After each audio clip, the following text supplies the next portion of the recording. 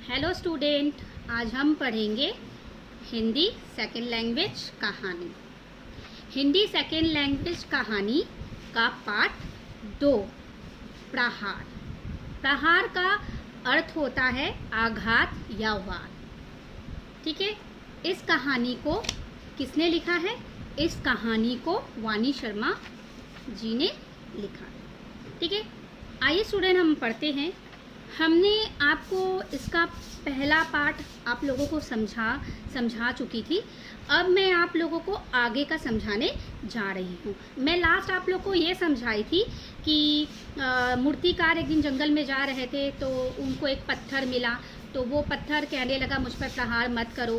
तो उसने उस पत्थर पर बिना प्रहार किए, बिना मूर्ति बनाए आगे चल देते हैं। आगे चलने के बाद उसे दूसरा पत्थर मिलता है तो वो उसे कुछ नहीं कहता है। ठीक है, और वो उसे मतलब ऐसा लगता है कि उपयुक्त लगता है कि वो पत्थर कुछ नहीं कहेगा, वो हमारा साथ देता है, इसलिए वो उनको ठीक लगा, इसलिए वो उस पर मूर्ति बनाना शुरू कर दिए। तो हमने यहाँ तक पढ़ाया था आप लोगों को। अब मैं आगे का आप लोगों को पढ़ाने जा रही हूँ। आइए स्टार्ट करते हैं। मूर्ति आकार से बड़ी थी, इसलिए उसने सोचा कि बड़ी भारी मूर्ति बनी है। मूर्ति आकार से बड़ी थी, मतलब मूर्ति का जो शेप था, आकार का मीनिंग होता है जो शेप था, वो बड़ी थी, इसलिए उसने सोचा कि बड़ी भारी मूर्ति बनी है।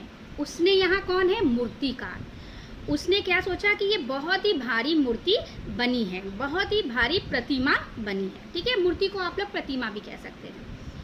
इससे अकेले तो गांव ले जाना संभव नहीं है। इतना बड़ा था वो पत्थर, जब वो मूर्ति बना तो और भी सुंदर लगने लगा, बड़ा हो गया, तो मूर्तिकार को अकेले ले जाना यह संभव नहीं लगा। संभव यानी ठीक नहीं लगा। जब अगली बार यहाँ आऊँगा तो साथ में 3-4 लोगों को लाऊंगा। मूर्तिकार क्या कहने लगा कि अगली बार जब वो यहाँ आएंगे तब वो साथ में 3-4 लोगों को अपने साथ लाएंगे और उनकी सहायता से इस जंगल से वो गांव में ले जाएंगे। ठीक है, सहायता यानी सहायता का मीनिंग होता है मदद। ठीक है, 3-4 लोगों के मदद से वह गांव लेके जाएंगे। क्या? वो जो पत्थर की मूर्ति बनाए थे। कौन बनाया था पत्थर की मूर्ति? मूर्तिकार बनाया था। ठीक है, जंगल पार करके जब वह गांव पहुंचा तो ग्रामवासियों ने कहा, जंगल जब पार कर लेते हैं कौन? मूर्तिकार। जैसे ही वो गांव पहुंचते हैं तो गांव में जो ग्रामवासियों लोग हैं, यानी विलेजर्स लोग जो है, जो ग्राम में रहते हैं, वो लोग क्या कहने लगे मूर्तिकार से? तुम बिल्कुल सही समय पर आए हो शिल्पकार। तो ग्रामवासियों कहने लगे कि तुम एकदम सही समय पे आए हो, हमें तुम्हारी ही प्रतीक्षा थी। प्रतीक्षा का मीनिंग होता है, शब्दार्थ होता है इंतजार। तो ग्रामवासियों ने शिल्पकार यानी मूर्तिकार की ही इंतजार में थे सभी लोग। हमारे गांव का मंदिर निर्माण पूरा हो चुका है। मतलब गांव में एक मंदिर बना था, जो कि वो निर्माण मतलब पूरा, वो मंदिर पूरे तरीके से बन चुका है। अब मूर्ति की स्थापना हेतु एक मूर्ति की आवश्यकता है। मतलब उस मंदिर में अब एक मूर्ति के स्थापित किया जाएगा, इसलिए मूर्ति की बहुत ज़रूरत है। आवश्यकता का मीनिंग होता है यानी शब्दार्थ होता है ज़रूरत। तुम एक मूर्ति बना दो। तो वहाँ के ग्रामवासियों क्या कहने लगे कि अब तुम चित्रकार, अब तुम एक मूर्ति बना दो। मूर्तिकार क्या कहते हैं ग्रामवासियों से?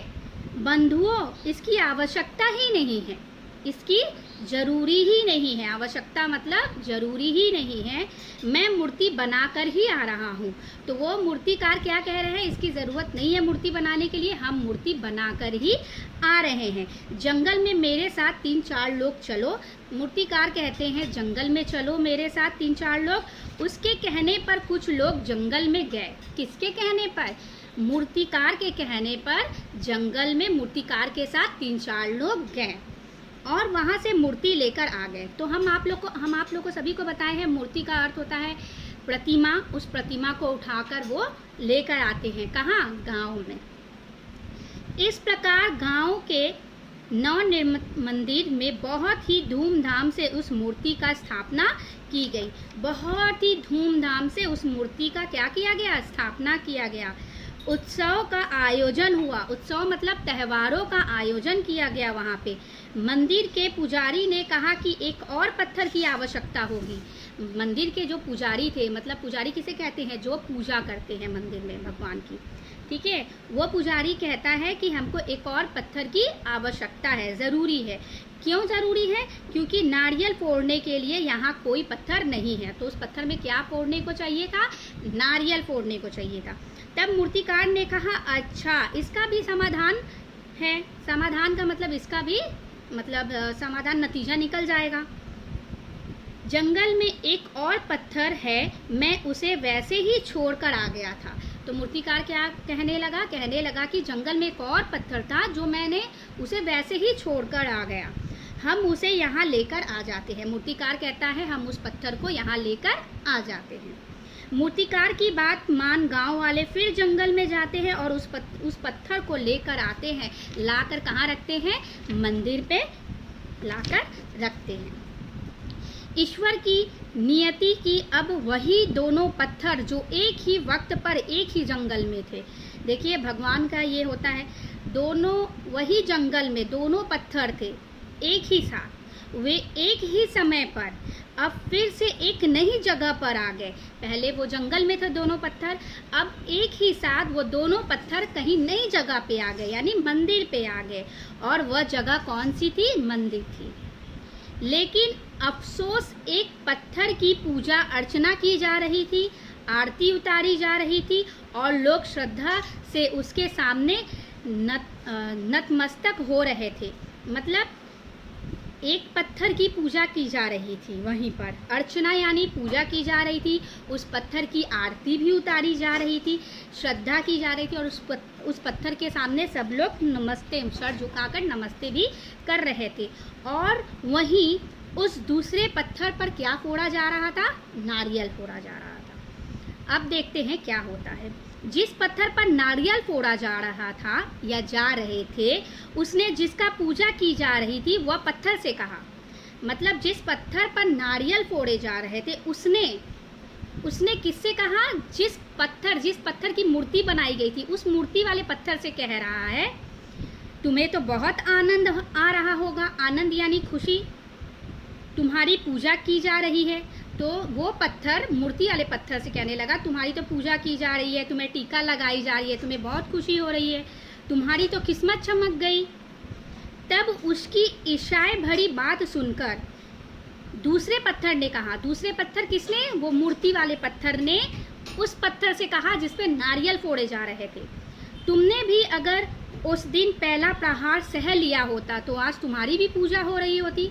बच्चों, आप लोगों को याद आया जो पहला पत्थर चित्रकार को जंगल में मिला था वो यही पत्थर है जिस पर नारियल फोड़ी जा रही है और जिसकी मूर्ति बनाई गई है।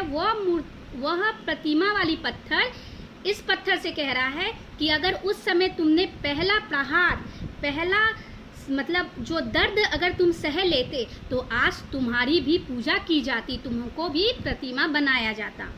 जिंदगी में संघर्ष का दौर आता है और संघर्ष का यह वक्त जैसे आता है वैसे बीत भी जाता है। तो बच्चों, हम इस कहानी से क्या समझे? इस कहानी से हमें ये समझ आई कि जिंदगी में हर एक उतार चढ़ाव आता है, हर एक मतलब जिंदगी में हर एक मुसीबतें आती है, ठीक है, जो उस वक्त में बहुत कुछ करा जाती है, हमारे साथ बहुत कुछ बुरा भी हो जाता है, पर कभी न कभी एक दिन ऐसा भी आता है कि वो बुरा वक्त टल ही जाता है और ज़िंदगी में खुशी ही खुशी होती है, ठीक है। चूँकि संघर्ष के दबाव में आकर तुमने मूर्तिकार का साथ नहीं दिया, संघर्ष में आकर मतलब तकलीफ में आकर तुमने मूर्तिकार का साथ नहीं दिया। अगर तुमने मूर्तिकार का साथ दिया होता तो आज तुम्हारी पूजा की जाती, ऐसा वो मूर्ति वाले पत्थर ने कहा। और हाँ, हार मान ली इसलिए आज तुम्हारी यह स्थिति है, यह बुरी स्थिति है, आज तुम्हारे पर नारियल फोड़ी जा रही है, जबकि मैं प्रतिकूल परिस्थितियों में भी मुस्कुराकर जीवन जीने का कोशिश करता हूँ। तो जिस पत्थर की प्रतिमा बनाई गई है उसने कहा कि आज भी मैं इतनी खुशी से, इतनी मतलब आज भी सहकर आज मैं इतना खुश हूँ। हमारा यह सकारात्मक का मीनिंग होता है जिसमें स्वीकार या हाँ का भाव हो, ठीक है। प्रयास ही हमारा भाग्य सुनिश्चित करता है। अगर हम लोग सकारात्मक अपने ज़िंदगी में अपनाते हैं तो कभी ना कभी वो हमारे ज़िंदगी को अच्छा बनाता ही है। मूर्ति बने पत्थर के मुख से जीवन का यह सच्चाई सुनकर पहले पत्थर को अपनी भूल का बोध हो गया। तो यहाँ क्या कहते हैं, अगर कोई इंसान किसी की बात को नहीं सुनता है तो एक दिन जब उसे एहसास होता है तो उस बात को वो क्या करता है, भूल का बोध समझता है, यानी उसे एहसास होता है कि उसने क्या गलती की है। ठीक है, तो इस कहानी से हमें क्या सीख मिलती है? इस कहानी से हमें यह सीख मिलती है कि जीवन में समस्या अवश्य आती है, किंतु जो हौसला व बल रखकर ईश्वर पर विश्वास के साथ आगे बढ़ता है उसे हर मंजिल मिलती है और जीवन का आनंद ही आनंद मिलता है। इसलिए कहते हैं कि हमेशा खुशी से अपनी ज़िंदगी जियो और हर संघर्ष को अपनाओ और उसको झेलते हुए उस संघर्ष को आगे बढ़ते जाओ। एक दिन ज़िंदगी में आनंद ही आनंद होगा। ओके स्टूडेंट, इस चैप्टर का क्वेश्चन आंसर्स मैं आप लोगों को नेक्स्ट वीडियो में अपलोड कर दूंगी। Okay student, bye, take care.